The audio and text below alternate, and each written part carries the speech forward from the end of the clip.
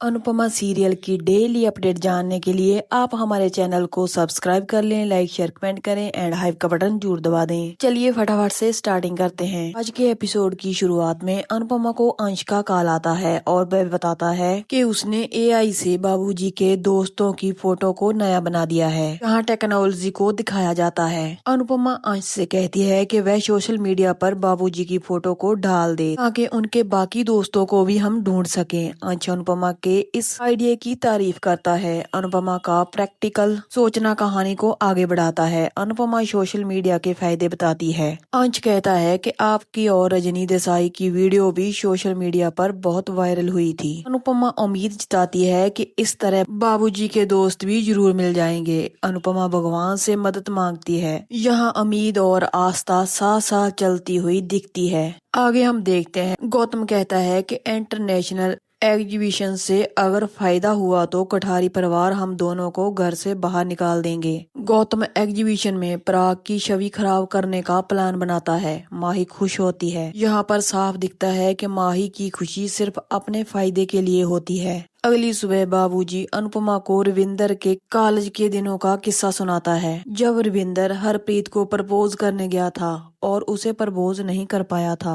यह किस्सा माहौल को हल्का और भावनात्मक बनाता है। अनुपमा बाबूजी के दोस्त की तारीफ करती है। बाबूजी दोस्ती पर गाना गाते हैं और भावुक हो जाते हैं। दोस्ती का यह पहलू दिल को छू जाता है। तभी बाबूजी के बाकी दोस्त आते हैं और साथ मिलकर गाना गाते हैं। अनुपमा उन्हें देखकर बेहद खुश होती है। यह सीन उम्मीद और पॉजिटिविटी से भर जाता है। दोनों दोस्त मिलकर बाबूजी को हड्डी के नाम से छेड़ते हैं। बाबूजी रविंदर से उनकी शिकायत करते हैं। यह सीन दोस्ती की मासूम मस्ती को दिखाता है।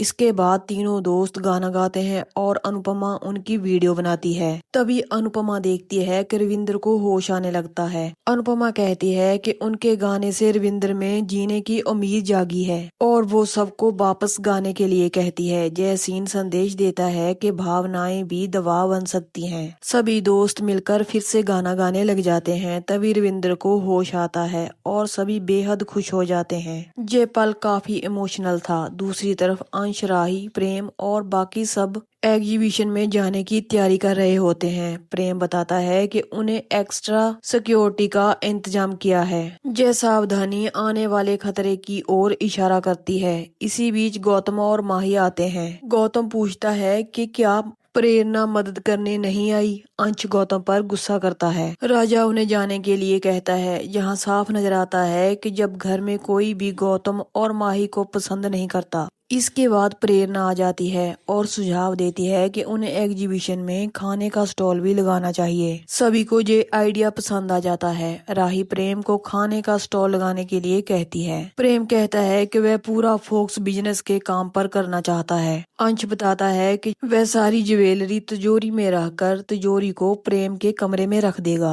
वहीं पर गौतम ये बात सुन लेता है। गौतम शायद बड़ी परेशानी का कारण बन सकता है। तो वहीं पर अनुपमा, रविंदर और बाकी सबको फ्रूट खिलाती है। सब लोग अनुपमा की तारीफ करते हैं। बाबूजी पूछते हैं कि तुम दोनों यहाँ कैसे पहुँचे। अनुपमा बताती है कि उसने सोशल मीडिया से उनको ढूंढा था। रविंदर अनुपमा का धन्यवाद करता है। यहाँ अनुपमा की मेहनत रंग लाती है। इसके बाद बाबूजी और अनुपमा बताते हैं कि रविंदर की पत्नी ने उन्हें पहचानने से इनकार कर दिया था। रविंदर दुखी होकर रोने लग जाता है। यह सीन बहुत ही दर्द भरा था। इधर कोठारी हाउस में पराग और ख्याति एग्जीबिशन में जाने के लिए बेहद उत्साहित होते हैं। वो दोनों इस बात से सहमत होते हैं कि उन्होंने अंश को समझने में गलती कर दी। ख्याति गौतम को लेकर चिंता जताती है। पराग कहता है कि गौतम कुछ नहीं कर पाएगा क्योंकि वह उसे ऐसा करने का मौका ही नहीं देगा। आगे हम देखते हैं। वहाँ पर रविंदर बताता है कि उसने 6 महीने से अपनी पत्नी को नहीं देखा है। उसके बच्चों ने उसे घर से निकाल दिया। यह सच्चाई सबको झंझोड़ कर रख देती है। रविंदर बताता है कि उसके छोटे बेटे ने माँ को नौकरानी बनाकर रखा है। रविंदर की बातों से सब हैरान हो जाते हैं। जहाँ कहानी समाज की कड़वी कड़वी सच्चाई दिखाती है। रविंदर बेहद दुखी होता है। बाबूजी पुलिस में शिकायत करने के लिए कहते हैं, लेकिन रविंदर कहता है कि इस बात का कोई सबूत नहीं है मेरे पास कि मेरे बेटे ने मेरा सिर फोड़ा है। जहाँ बाप की बेबसी साफ महसूस होती है। रविंदर सबको कहता है कि मुझे मेरी पत्नी से मिला दो। अनुपमा कहती है कि हम आपको अपनी पत्नी से मिलवा कर ही रहेंगे। अनुपमा रविंदर के बेटों को सबक सिखाने का फैसला करती है और वो सबसे मदद मांगती है। यहाँ अनुपमा फिर से एक्शन मोड में आती है। बाकी सब लोग भी उसकी मदद करने का फैसला करते हैं। इसके बाद रविंदर को धीरज के घर लेकर आते हैं। धीरज और नासिर रविंदर के बेटे पर गुस्सा जाहिर करते हैं। अनुपमा उन्हें शांत करती है और कहती है कि हमें गुस्से में कानून के खिलाफ नहीं जाना है, हमें रविंदर के बेटे को सबक सिखाना है। अनुपमा का संतुलन नजरिया जहाँ सबसे अहम है। सभी सहमत होते हैं। तो यहीं पर इस एपिसोड का एंड हो जाता है। अगले एपिसोड में आपको देखने को मिलेगा कि अनुपमा और बापूजी अमीर बनने का नाटक करते हैं और अर्जुन के घर पहुंचते हैं। अर्जुन और उसकी पत्नी समझते हैं कि उनके घर कोई बहुत करोड़पति मेहमान आए हैं। आज का एपिसोड आपको कैसा लगा कमेंट करके जरूर बताएं। इस एपिसोड की नेक्स्ट अपडेट जानने के लिए चैनल को सब्सक्राइब कर लें, वीडियो को लाइक कर दें। तो मिलते हैं ऐसे ही नेक्स्ट एपिसोड की अपडेट के साथ।